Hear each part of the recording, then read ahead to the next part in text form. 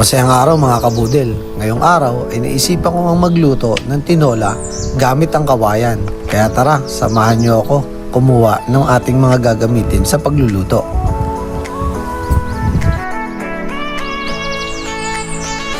Ito nga pala yung kawayan natin na gagamitin na paglulutuan ng tinola.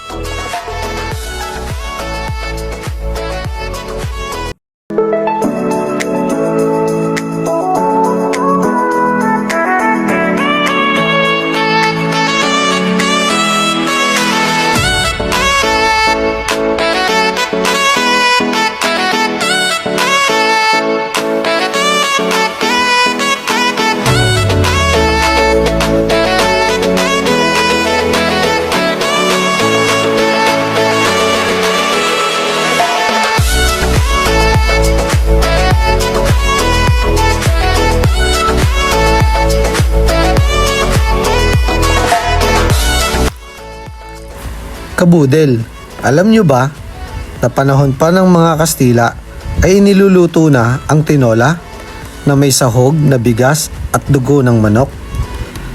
At si Melchora Aquino o Tandansora ay tinuturing na bayani dahil isinugal nito ang kanyang hanap buhay ng mga bigas upang ipakain sa mga katipunero na nagtitipon noong pang-Agosto 1896 kung saan unang linggo ng himagsikan. Ang tinola ay iniluluto ni Tandansora sa ating mga ninuno upang tumagal at tumatag sa kanilang pakikipaglaban maging sa ating mga sugatang katipunero.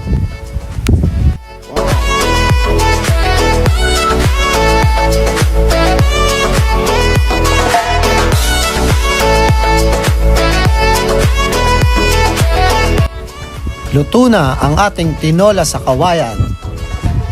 Kain na mga kabudel! Grabe, ang sarap mga kabudel. Talagang nag-e-enjoy ako. Yung lasa ng kawayan na manamis-namis ay sumama mismo doon sa sabaw ng ating tinola sa kawayan. Bye-bye! Please like, share, and subscribe mga kabudel!